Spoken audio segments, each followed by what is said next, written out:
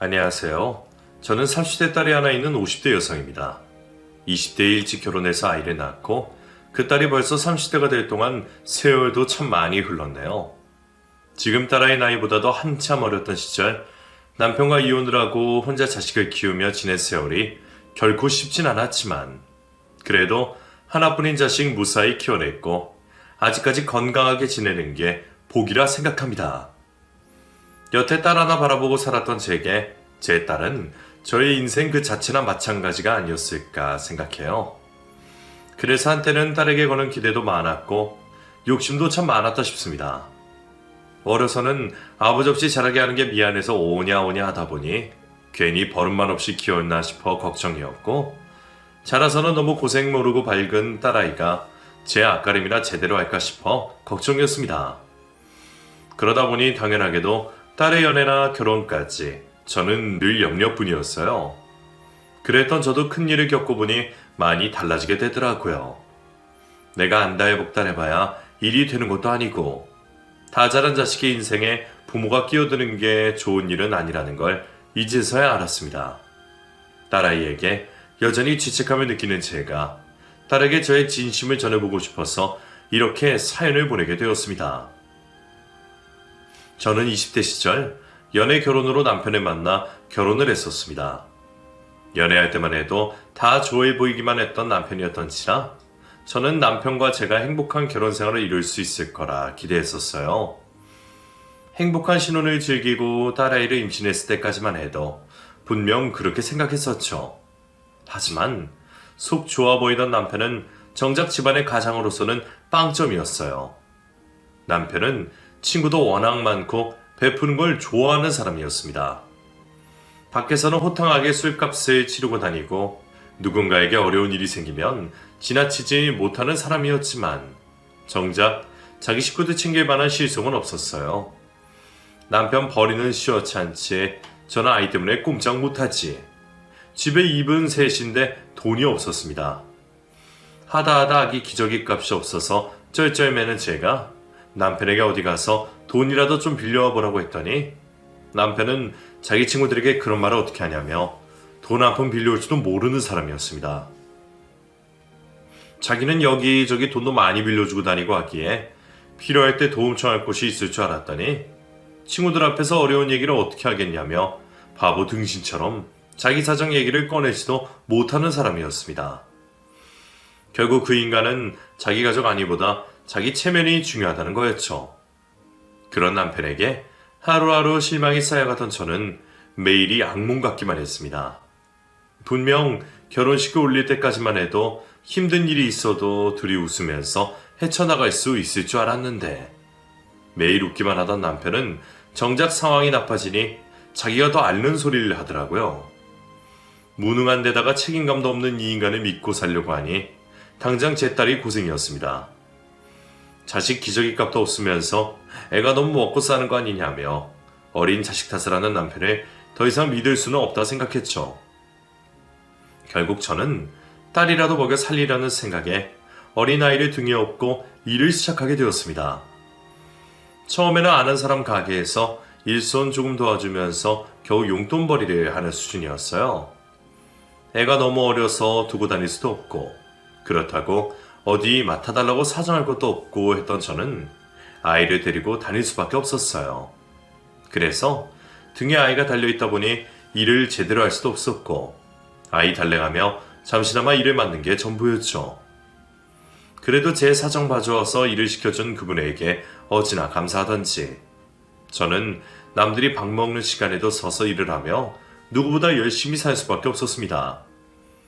덕분에 겨우 아이 분유값 정도는 벌 수 있었던 거겠죠. 제가 밖에서 서러움을 삼켜가며 딸을 위해 그렇게 사는 동안 남편은 밥 먹듯이 퇴사를 반복하며 혼자 걱정 하나 없이 지내는 듯 했습니다. 보통은 마누라가 돈 벌러 밖에 나간다고 하면 안타까워하는 생각이라도 할 텐데 제 남편은 그런 건 전혀 없었어요. 오히려 제가 날마다 얼마를 벌어왔나 궁금해서 일하고 돌아온 저를 보자마자 제 주머니부터 뒤지는 사람이었습니다. 자기 처가 추운 날 밖에서 무슨 고생을 했는지 그 고생하며 얼어있는 손은 보이지도 않는 건지 갓난쟁이 아이와 마누라 같은 건 돈보다 못하게 생각하던 사람이었습니다. 그런 남편을 보면 당장이라도 갈라서고 싶은 마음이 매일 태산이었지만 어린아이를 두고 이혼을 하겠다고 생각하기가 힘든 일이었습니다. 요즘에야 이혼이 별것 아니라고들 하지만 제가 결혼 생활을 하던 30여 년 전에는 그렇지 않았거든요.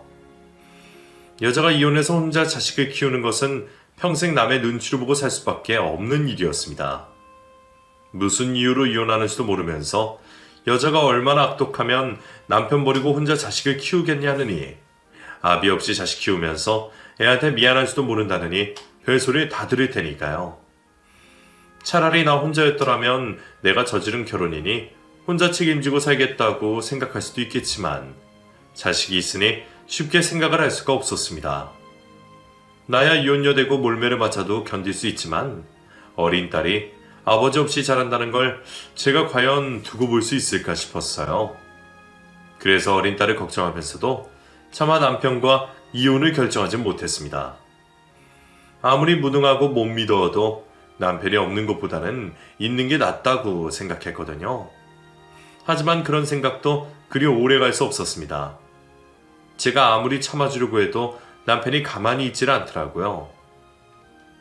그나마 허허시시한 성격의 장점이었던 남편이 유일한 장점마저 잃게 된 것을 제가 돈을 벌기 시작하면서부터였습니다. 처음에는 아이 업고 다니며 잔심부름이나 하던 저도 아이를 유치원에 보내게 되면서 조금씩 본격적으로 일을 시작하게 되었어요.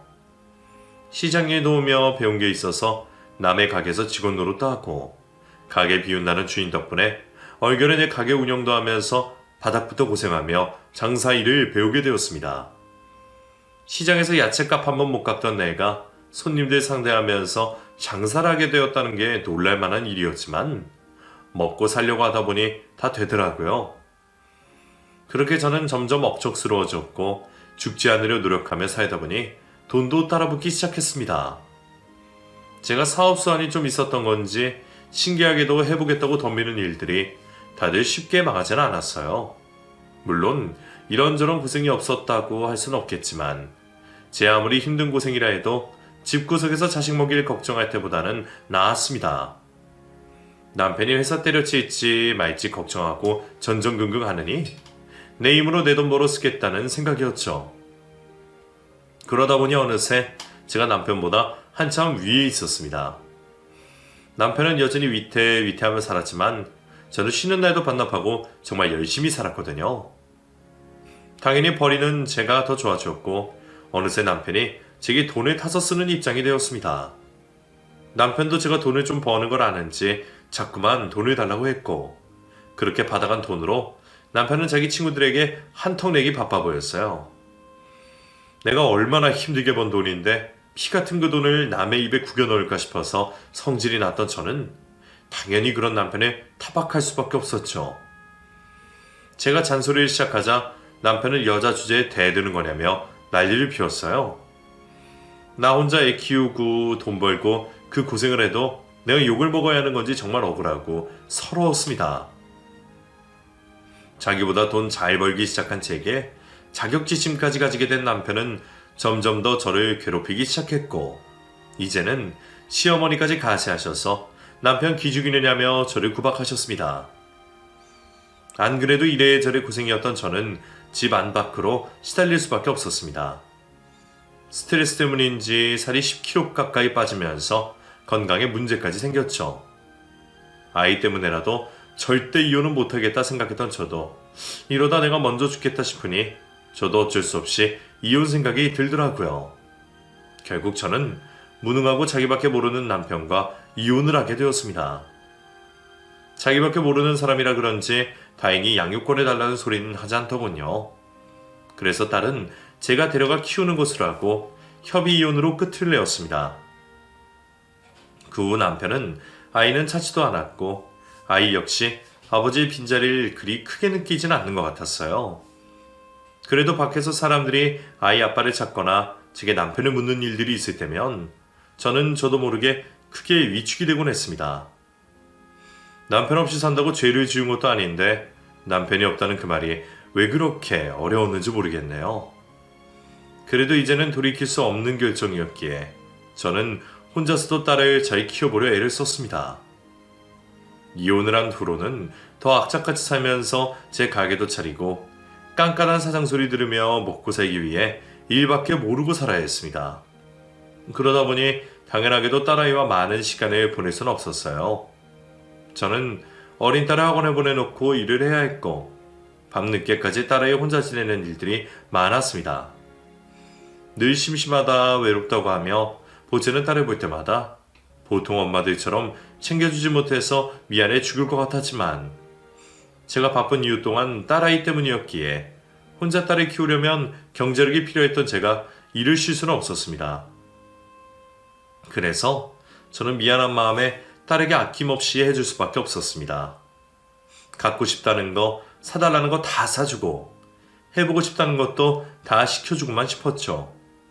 다행인지 이혼을 한 후로 더 여유가 생긴 덕분에 제가 딸에게 못해줄 형편은 아니었어요.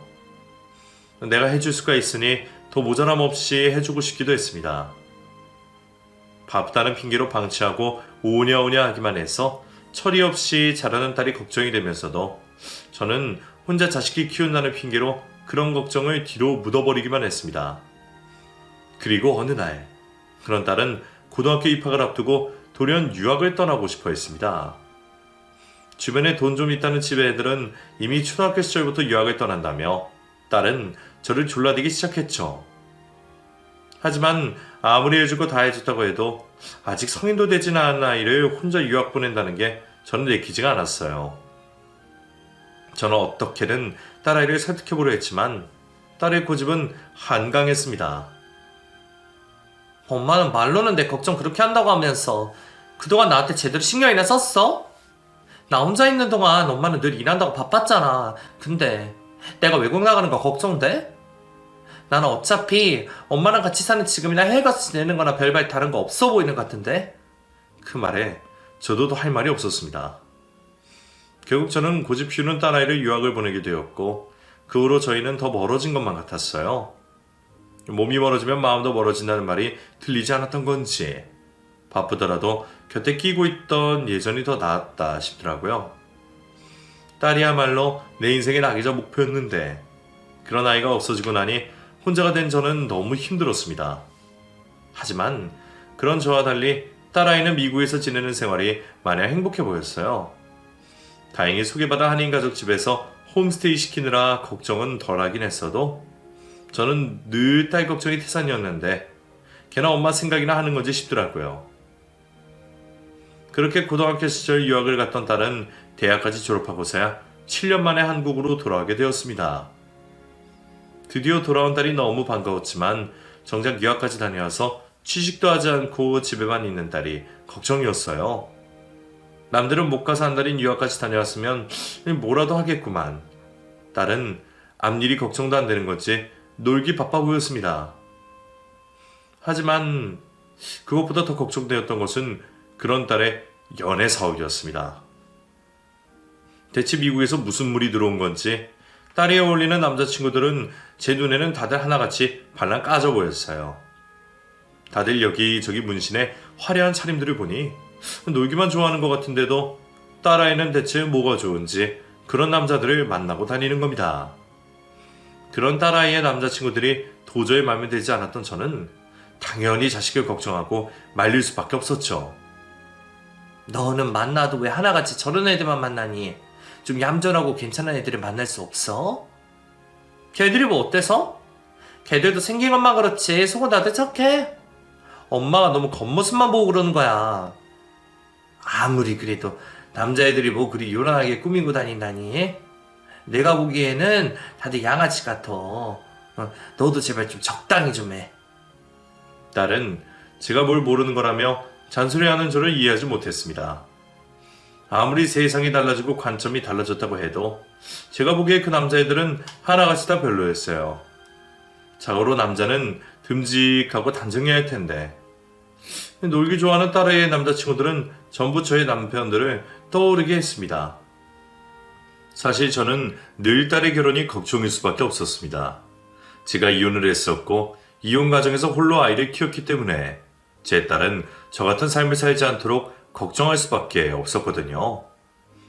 제 딸은 좋은 남편을 만나서 걱정 없이 잘 살기를 바랐기에 더 유난일 수밖에 없었죠.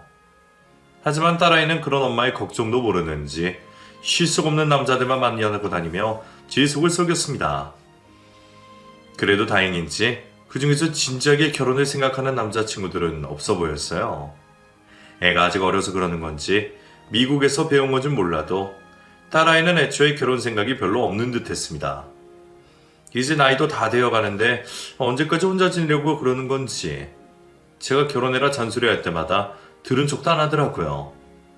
그러던 어느 날 딸애가 드디어 제 마음에 드는 남자친구를 데려오게 되었습니다. 저는 그리고 그 친구가 단번에 마음에 들었죠. 꾸밈없이 단정한 차림에 예의 있는 모습이 정말 괜찮은 청년 같아 보이더군요. 그동안 하도 이상한 애들을 봐서 그런지 오히려 멋없이 꾸미지 않은 그 친구가 저는 더 마음에 들었습니다. 그 사이 취향이 바뀌기라도 한 건지 웬일로 멀쩡한 놈을 데려온 딸을 보며 저도 딸이 대견하다 싶었어요. 이번에는 제대로 된 친구였나 보네. 엄마도 이번에 마음에 든다. 그나저나 네가 어떤 일로 저렇게 멀쩡한 남자친구를 데려왔어? 너도 이제 결혼 생각하는 거니? 결혼은 무슨, 아직 그 정도 아니야. 엄마가 결혼 안 하냐고 하도 난리쳐서 남자친구 보여주려고 데려온 거지. 우리 아직 만난 지도 얼마 안 됐거든. 만난 시간이 중요하니? 이 사람이라 싶으면 당장 잡아서 결혼해야지. 응? 너희 둘 다 나이 차이도 적당해 보이고 좋던데 이참에 결혼해라. 지금 아니면 네가 어디 가서 그런 남자를 만나겠어.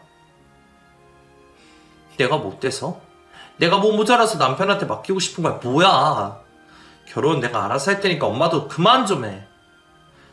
딸은 그런저런 나무랐지만 저는 그 친구가 참 마음에 들었습니다. 착실히 회사 생활하는 것도 보기 좋았고 무엇보다 순해 보이는 인상이 참 진국이다 싶었어요. 제가 한번 겪어봐서 그런지 남자는 책임감이 강해야 한다 했는데 그 친구가 딱 그렇게 보이더군요. 그래서 저는 딸아이가 또 다른 이상한 사람들을 데려오기 전에 그 친구의 결혼문을 진행시키고 싶었습니다. 너 정말 병준이랑 결혼 생각 없는 거야? 그래도 안 헤어지고 계속 만나는 거 보면 너도 생각이 영 없진 않은 것 같은데. 아니야? 그럼 뭐 내가 이 나이에 한두 달 만나고 헤어지겠어? 그래봤자 우리도 이제 겨우 1년이야. 어떻게 될지는 아직 모르는 거지. 그럼 아주 생각이 없다는 건 아니네. 그래, 너도 남자 만나봐서 알겠지만 남자 별거 없어. 얼굴이 밥 먹여주는 것도 아니고 지 잘났다고 자기 마누라한테 다 잘하는 것도 아니야. 남자는 그냥 착하고 성실하고 그거면 되는 거다 너. 내 결혼은 내가 알아서 할게. 그렇게 남자를 잘하면 엄마나 재혼하던가. 왜 매번 딸 결혼에만 그렇게 관심이야? 이게 못하는 말이 없어. 나 하나 갈아서 외동딸 잘 키워보려고 그 고생을 했더니 이게 엄마 고생은 몰라주고 철없는 소리나 하고 있어. 나는 이제 바라는 것도 없어. 그냥 너 하나 행복하게 잘 살면 그만이야. 네가 잘 돼야 내가 잘 되는 거라고. 내가 잘 되는 게 엄마가 잘 되는 거야. 엄마 인생은 엄마 인생이고 내 인생은 내 인생이지. 그러다가 내가 결혼 실패해서 엄마랑 똑같이 이혼이라도 하면 그때는 엄마 인생도 망하는 거야? 그럼 그때는 어떻게 할 건데? 무슨 그런 소리를 하고 있어. 네가 이혼을 왜 해? 그러게 나중에 엄한 놈 만나서 이혼하기 싫으면 병준이 같은 애 만나라니까. 걔가 결혼해서 무슨 속을 썩이겠니? 돈을 못 버는 것도 아니고 게으른 것도 아니고 남자치고 깔끔하고 열심히 사는 거 보면 애가 뭐래도 할 애야. 거기다가 절대 바람 같은 건 안 필 것 같으니 그게 제일 마음에 들기도 하고 말이야. 저도 지금에서야 딸아이 말처럼 내 인생과 딸의 인생은 다른 것이니 이혼을 하던 결혼을 하던 아이가 알아서 하게 두는 게 맞다는 걸 알지만 그때는 자식을 위하는 게 그런 것인 줄만 알았습니다. 그래서 안달난 제가 딸 걱정을 하며 둘의 결혼을 부추기고 있었죠. 제가 옆에서 자꾸 그런 소리를 해서 그런지 딸아이도 결국 2년의 연애 끝에 못 이기는 척 결혼을 하게 되었습니다. 2년 동안 둘이 연애하면서 사이가 딸 속썩이는 꼴을 보지 못했던 저는 딸이 사이와 결혼을 하면 안정을 찾고 행복해질 거라 생각했습니다. 사이는 제게 누구보다 인정을 받는 사람이었어요. 첫 만남부터 마음에 들었던 인상은 물론이고 연애하는 동안에도 저희 딸을 잘 챙기면서 보듬어주는 모습이 참 마음에 들었거든요. 마치 아빠처럼 오빠처럼 제 딸을 챙겨주는 사이에게 저는 자연스럽게 믿음이 생길 수밖에 없었습니다. 저는 여태 철없는 제 딸과 결혼해준 사이에게 고마운 마음까지 들었어요. 그래서 뭐라도 해주고 싶은 심정이었죠. 여유 없는 사돈댁 사정을 알았던 저는 아이들 신혼집부터 결혼식 준비까지 물심양면으로 도와주었습니다. 어차피 저도 자식이라고는 딸 하나뿐이었고 그런 딸 시집 보내고 나면 더 이상 인생에 걱정이 없을 테니 그 돈이 아까울 일은 전혀 없었죠. 사이 역시 결혼하고 나면 내 자식이나 마찬가지라 생각했기에 저는 그런 사이에게 뭐든 해주고만 싶었습니다. 장모님, 저한테 이렇게까지 해주시고 저 정말 너무 감사해서 뭐라고 표현을 해야 할지 모르겠어요. 감사는 무슨. 내가 해주고 싶어서 해주는 건데. 나는 다른 거 바라는 거 없고 그냥 우리 딸만 좀 잘 챙겨줘. 제가 워낙 손이 많이 가는 애라서 시집 보내면서도 내가 걱정이잖아. 자네가 앞으로 고생이 많을 거야. 고생이라뇨. 저는 지은이랑 결혼하는 것만으로도 행복한데요. 그런 제가 지은이한테 잘하는 게 당연하죠. 그러니까 앞으로 따님 걱정 마세요. 그리고 앞으로 장모님도 제가 어머님처럼 모시겠습니다. 뭐든 시키실 일 있으면 저 시키시고 부담 갖지 마세요. 사이는 저와 딸아이에게 잘하겠다며 몇 번이고 다짐을 했습니다. 그동안의 행동으로 그런 사이의 말을 충분히 믿고 있었던 저는 그 말에 한치의 의심도 없었습니다. 그렇게 아이들이 결혼을 하고 저도 한시름 놓게 되었습니다. 이혼한 뒤로 자식만 보고 살았던 저도 그제서야 주변을 좀 둘러보게 되었죠. 그렇다고 딸아이 말처럼 정말 재혼을 하거나 연애를 하겠다는 생각은 아니었지만 나도 이제 일에만 매달리던 인생을 조금 내려놓고 제 인생을 찾아오면 어떨까 싶은 생각을 하게 되었어요. 그래서 개모임도 하고 여행도 좀 다녀볼까 했더니 그런 제 인생에 생각지도 못한 일이 찾아오고 말았습니다. 제가 암이라더군요. 내년 건강검진 받을 때에도 아무 이상 없던 제가 우연히 잦은 병원에서 진단을 받고 나서는 충격이 클 수밖에 없었습니다. 병원에서는 그래도 아직 초기라며 수술받고 항암 치료만 잘하면 목숨에는 지장이 없을 거라고 하셨지만 그 말을 들으면서도 저는 나한테 암이 찾아온 게 맞는지 쉽게 믿어지지 않았어요. 여태 큰 병 한 번 안 앓고 건강한 줄만 알았는데 그런 저도 마음을 비껴가지는 못했던 모양입니다. 그래도 일찍 발견해서 다행이 아니냐며 스스로를 다독이던 저는 결국 아이들에게 제 사정을 전하게 되었습니다. 처음에는 혼자 병원 다니면서 몰래 치료받아야겠다 생각을 했었는데 초기 암도 암인지 수술부터 항암 치료까지 저 혼자 견디기는 어려웠어 보였거든요. 애초에 수술을 받으려면 보호자 동의가 필요했는데 제가 남편 없는 바람에 부탁할 곳이 딸밖에 없더라고요. 그래서 어쩔 수 없이 딸과 사이에게 소식을 전할 수밖에 없었죠. 제 소식을 들은 아이들은 큰 충격을 받았습니다. 별일 아니라고 괜찮다고 하는데도 엄마가 아프다니 자기도 걱정이 되기는 했던 모양이지 평소에는 철없이 밝기만 하던 딸아이도 그날은 저를 붙들고 한참을 울더라고요. 같이 아파해주는 딸이 고맙긴 했지만 사실 울기만 하던 딸이 제게 큰 도움이 되지 못했습니다. 오히려 아픈 저를 챙기고 항암 치료를 내내 따라다녔던 것은 딸이 아닌 사이였어요. 앞으로 장모님 제가 모실게요. 자네도 일해야지. 바쁜 사람이 어떻게 매번 병원에 따라다녀. 그렇다고 부모님 아픈데 가만히 있을 자식이 어디 있겠어요. 그래도 제가 지은이보다 여유 있으니까 제가 모시는 게 맞아요. 장모님이 아프신데 회사가 무슨 걱정이에요. 앞으로는 병원도 항암 치료도 제가 모시고 다닐 테니까 장모님은 아무 걱정 마세요. 그렇게 저는 사이의 도움으로 편안하게 병원에 다니며 무사히 항암 치료를 받을 수 있었습니다. 매번 회사 비우고 멀리 있는 병원까지 왔다 갔다 하는 게 쉽지 않았을 텐데 그런 고생을 자처해준 사이에게 저는 너무나 고마울 수밖에 없었습니다. 딸도 당연히 저를 걱정하고 챙겨주었지만 그럴 때에는 확실히 남자들이 도움이 되구나 싶더라고요. 딸보다도 저를 더 챙기는 사이를 보며 평생 아들 욕심 없었던 제가 그때 처음으로 아들 욕심이 날 정도였죠. 그런 일이 있고 난 후로 저는 그런 사이를 정말 제 자식처럼 여길 수밖에 없었습니다. 늘 착하고 바른 사이가 저는 정말로 마음에 들었어요. 그래서 우스갯소리로 손주도 사이 닮았으면 좋겠다 말하곤 했었죠. 제 딸이지만 걔는 어려서부터 예민하고 까탈스러워서 제가 고생이었거든요. 자식 키우는 내 딸을 생각해서라도 무던하고 순한 사이를 담는 게 낫겠다 싶었어요.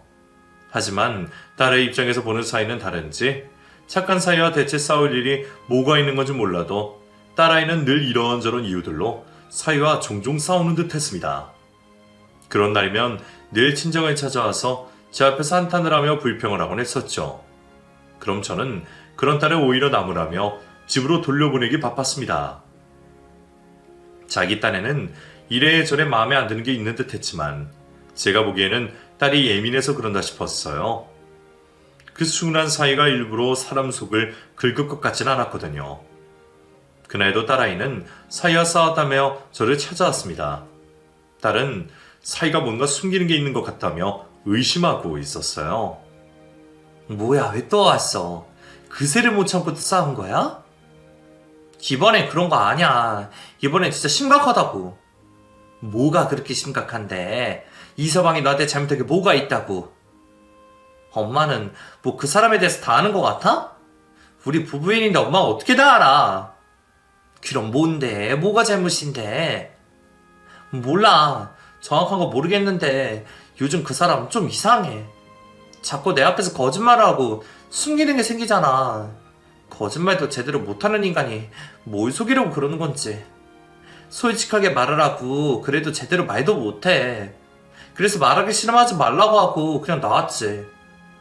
뭐? 너는 지금 그걸 말이라고 하고 있어.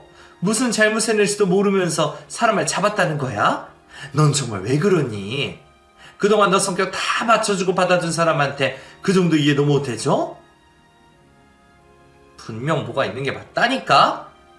엄마는 또 그 사람 편만 들 거야? 내가 누구 편을 들었다고 그래? 너야말로 철 좀 들어라. 이서방이 누굴 속일 사람이니? 엄마가 아무리 그 사람을 믿는다고 해도 엄마 정말 너무하는 거 아니야? 맨날 내 앞에서 그 사람 편만 들잖아. 엄마 딸은 나야. 근데 매번 우리 둘이 싸우면 엄마는 내 탓만 하지. 내가 다 잘못했을 거라 생각하고 나더러 철없다고 혼만 내잖아. 엄마는 내가 말하는 게 다 투정으로만 들려? 서른 넘은 자기 딸을 그렇게 못 믿어. 네가 믿음을 보일 셈 있지. 엄마라고 딸을 다 믿어주기만 해야 하냐? 잘못한 건 인정할 줄도 알고 해야지. 너는 정말 철이 없다. 그날은 웬일인지 딸이 평소보다 더 예민해 보였습니다. 하지만 저는 그런 낌새를 눈치채지 못하고 딸이 그동안처럼 별일 아닌 것으로 투정을 한다 생각했죠. 그러다 보니 서로 사이에 불평이 생길 수밖에 없었고 결국 저희는 평소와 달리 크게 다투기까지 하고 말았습니다. 그때는 저도 괜히 고집을 부려 딸에게 먼저 굽힐 생각이 없었어요.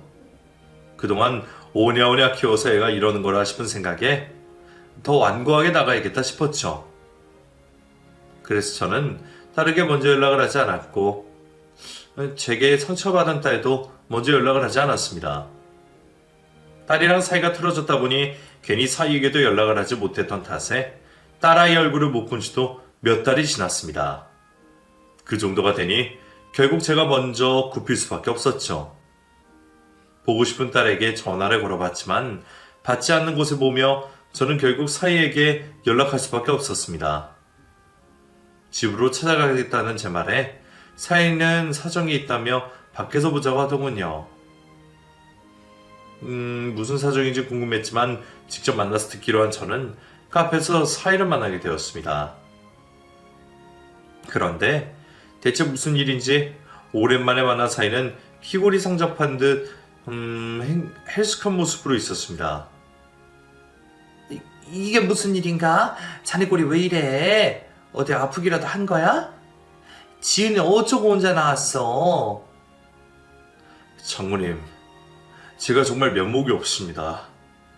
지은이가 저랑 이혼을 하겠대요. 이혼이라니. 갑자기 이혼을 왜 해? 저번에 싸운 일 때문에 그러는 거야? 자네는 그래서 꼴이 이 모양이야? 당장 죽을 사람처럼 이게 뭐야? 그게요? 사실 저 암이랍니다, 장모님. 심지어 말기암이라네요. 치료받는다고 살 수 있을지 확실하지도 않고 살 수 있더라도 항암 치료만 몇 년을 해야 한대요. 사이가 암이라는 소식에 저는 충격을 받을 수밖에 없었습니다. 하지만 더 충격이었던 건 딸아이의 행동이었죠. 지은이한테 그 얘기를 했더니 자기는 암 환자 병수발 못 든다면서 헤어지자고 하더라고요. 집 할 거니까 저더러 나가라고 말이에요. 그래도 설마 진짜 저를 버리고 갈까 싶었는데 정말 짐을 싸서 나가더니 그새 다른 남자로 살림까지 차렸더라고요. 그래서 지금 지은이 다른 남자랑 지내고 있습니다, 장모님. 뭐라고? 그런 일이 있었으면 진작 말을 했어야 했지. 왜 말을 안 했나? 저도 장모님한테라도 말씀드리고 도움 구하고 싶었는데 저도 염치가 있잖아요. 섭섭하기는 해도 지은이 말 틀리지 않다 생각합니다. 죽을지도 모르는 남편 병수발되다가 아까운 청춘 다 보낼 수 없는 거잖아요. 저는 이해해요. 두 사람은 저 몰래 이혼 진행 중이었습니다. 그러면서 딸이 그 집은 제가 해준 자기 집이니 짐을 빼라며 아픈 사이를 내쫓아버렸다고 하더라고요. 그래서 사이는 지금 아픈 몸으로 사돈 댁에서 지내고 있다고 말했죠. 병든 남편 병수발 되기 싫다고 이혼을 하자더니 그 사이 새 남자 살림까지 차렸다는 딸의 얘기에 저는 큰 충격을 받을 수밖에 없었습니다. 애가 아무리 철이 없다고 해도 딸을 그렇게 키우진 않았던 것 같으냐 말이에요. 하지만 사이는 그런 제 딸을 이해한다며 속상한 표정을 지으면서도 제 딸의 탓을 하지 않았습니다. 저는 그런 사이 앞에 차마 고개를 들 면목이 없었어요. 내가 암에 걸렸을 때 나를 챙기며 도왔던 것은 사이였는데 막상 사이가 아프고 나니 내 딸은 그런 남편을 저버리고 말았네요. 내 딸이 그런 짓을 했다는 것을 도저히 믿을 수가 없었던 저는 어떻게든 딸을 만나 직접 얘기를 들여다보고 싶었습니다. 하지만 딸은 여전히 제 변화를 받지 않았고 그래서 저는 사이가 말해본 곳으로 직접 찾아갈 수밖에 없었어요. 사이도 그동안 딸의 마음을 돌려보려 노력했던 건지 딸이 새 남자와 지낸다는 곳에 주소를 알고 있었거든요. 그렇게 딸을 찾아간 저는 정말로 웬 남자와 같이 지내는 딸을 보게 되었습니다. 너 이게 무슨 일이야? 내가 이서방한테 얘기 다 듣고 왔어. 너 아무리 그래도 그렇지 어떻게 그럴 수가 있어? 정말 그런 일로 이혼하려고 그래? 아무리 네가 철이 없어도 사람 힘들 때 버리는 거 아니랬는데 이건 해도 너무한 거 아니냐? 그리고 저 남자는 또 뭐야? 너 정말 새 살림이라도 차린 거야? 여긴 어떻게 알고 찾아왔어? 내가 전화 안 받는 건 보면 모르겠어? 나 지금 엄마 보고 싶지 않아. 지금도 그 인간 편만 들고 있잖아. 어차피 우리 부부 일이고 엄마가 신경 쓸 일 아니야. 엄마는 어차피 내 말 듣지도 않을 거면서 나한테 뭐하러 물어? 이혼을 하던 말던 내가 알아서 할 일이니까 엄마는 관여하지 마. 그리고 다시는 찾아오지도 마. 듣고 싶은 것도 묻고 싶은 것도 많았지만 저는 저를 문전박대하는 딸아이에게 결국 아무 말도 들을 수가 없었습니다. 내 딸이 저렇게 무정한 사람이었나 놀랄 수밖에 없었죠. 결국 딸을 설득하지 못한 저는 사돈에게 사죄라도 드릴 생각에 사돈댁을 찾아갈 수밖에 없었습니다. 내 딸이 저렇게 나오더라도 엄마인 제가 대신 사과라도 해야 맞는 거다 싶더라고요. 같이 자식을 둔 입장에서 반대로 생각해보면 그렇게 할 수밖에 없겠죠. 하지만 두 사람이 그런 길로 이혼을 하는 마당에 사돈께선 저를 순순히 만나주실 리가 없었습니다. 직접 찾아뵙겠다고 여러 번 전화를 드렸지만 그 집에서는 저를 볼 생각이 없으시다며 차갑게 거절하셨습니다. 저도 그 마음을 10분 이해했기에 그런 소리를 듣고도 아무 말을 할 수 없었네요. 그래서 저는 어쩔 수 없이 사돈댁을 직접 찾아가서 그 집 문을 두드릴 수밖에 없었습니다. 약속도 거절당해놓고 무작정 찾아와서 이러는 게 민폐라는 건 알았지만 아무리 그래도 부모가 되어서 그런 일을 보고 모르는 척 가만히 있는 것보다는 낫겠다 싶더라고요. 네 서방 나일세 문 좀 열어보게나. 그런데 자세히 보니 현관문이 열려있는 겁니다. 그래서 저는 어떻게든 사돈을 만나 용서를 빌 생각에 들어오라는 사람도 없이 그 집을 들어갈 수밖에 없었습니다. 그런데 그렇게 들어간 집안 거실에는 제 사이와 웬 젊은 여자가 소파에 끌어안고 누워 낮잠을 자고 있더군요. 그 모습을 보고 너무 놀란 저는 소리를 질러 사이를 깨울 수밖에 없었죠. 자네 지금 뭐 하는 건가? 장모님이 여기까지 어쩐 일로... 자네 지금 이게 무슨 짓이야? 옆에 여자는 누군데 결혼한 남자를 끌어안고 있는 거야. 설마 지금 자네도 내 딸 두고 바람을 피는 건가? 뭐 맞바람이라도 피겠다 이거야? 그런 게 아니고요. 장모님 오해세요. 이 사람은 그냥 간병인이에요. 누가 봐도 불륜관계가 확실한데도 뻔뻔하게 간병인이란 말도 안 되는 거짓말하는 사이에게 배신감을 느낀 저는 결국 사이 말을 더 듣지 않고 그 집을 돌아 나올 수밖에 없었습니다. 그리고 그 길로 곧장 딸을 다시 찾아갈 수밖에 없었죠. 생각해보면 제 생각에도 딸이 먼저 바람을 폈을 리는 없다 싶었어요. 걔가 워낙 제멋대로라고 해도 이혼을 하면 했지 그런 치사한 짓을 할 만한 애는 아니었거든요. 혹시 사이가 먼저 바람을 폈고 내 딸이 맞바람을 핀 건 아닌가 싶었던 저는 딸을 만나서 자세한 이야기를 들어보고 싶었습니다. 그리고 그제서야 사이가 제게 거짓말을 했다는 걸 알게 되었죠. 사이가 뭔가 숨기는 것 같다고 이상해하던 딸의 일이 맞았습니다. 절대로 바람 같은 건 피우지 못할 줄 알았던 사위가 저희 딸 몰래 바람을 피고 있었어요. 친구들이랑 2차로 여자 부르는 술집을 갔었나 봐. 자기는 억지로 끌려간 거라 그랬는데 거기서 웬 술집 여자를 만난 거야. 그리고는 그 여자를 못 잊어서 계속 그 술집을 찾아가고 계속 만나고 결국 그 여자한테 용돈까지 주면서 연애를 하고 있었더라고. 절대 아닐 것 같은 인간이 뻔뻔하게 나를 속여가면서 그런 짓을 한 거야. 심지어 그 술집년한테 성병까지 옮은 거 있지. 그래서 내가 그놈 바람을 알게 된 거야.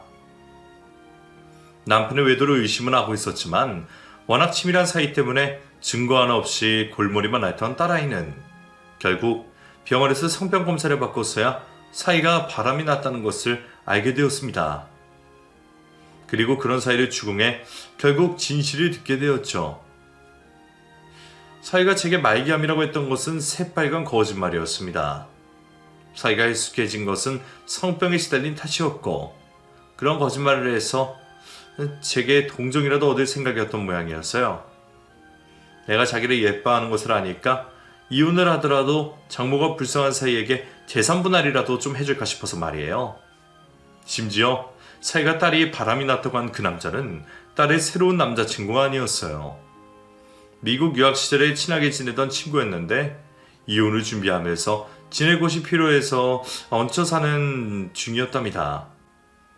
그럼 나를 찾아왔어야지 왜 남한테 신세를 져? 내가 찾아갔으면 엄마 내 말 들었을 거야? 그 난리를 치고 싸워놓고. 미안하다. 에? 그래도 난 다 큰 여자가 왜 남자 사는 집에서 지내는 뭔 일 나면 어쩌려고. 그럴 일 없어. 이 친구 게이거든. 안 그래도 내가 여기서 지내는 거 알고 그 인간이 불륜으로 고소하니 뭐니 하던데 난 걸릴 거 하나 없이 떳떳해. 사정을 다 듣게 된 저는 뒤늦게 딸아이에게 너무 미안하기만 했습니다. 그런지도 모르고 딸만 탓했던 제가 바보 같았죠. 반성을 한 저는 그제라도 딸아이에게 힘이 되어주고 싶었어요. 그 후 저는 모든 인맥을 동원해서 최고의 이혼 변호사를 구했습니다. 역시 비싼 변호사가 좋기는 한 건지 딸아이 혼자 해결하느라 힘만 들이고 지지부진하던 일이 그 후 속전속결로 이루어졌습니다. 이미 외도 증거가 확실하고 거짓말까지 했던 게 있었기에 이혼은 기정사실이었어요.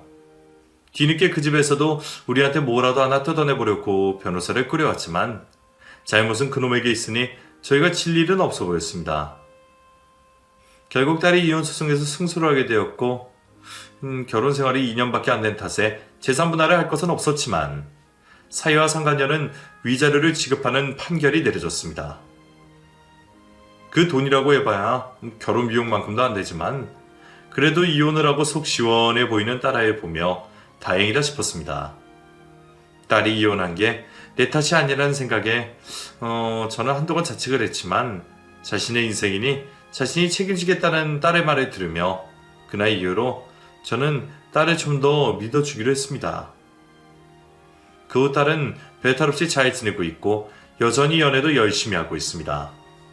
여전히 제 마음에는 들지 않지만 그런 놈을 한번 겪어봐서 그런지 저도 이제는 겉모습으로 함부로 판단하지 않으려고 노력하고 있어요. 그래서 딸아이가 누구를 데려와도 딸의 선택을 지지하고 응원해주려고 합니다. 생각해보면 행복이 다른 것이 아니라 자기 뜻대로 마음 편히 사는 게 딸이 행복한 길이 아닐까 싶네요.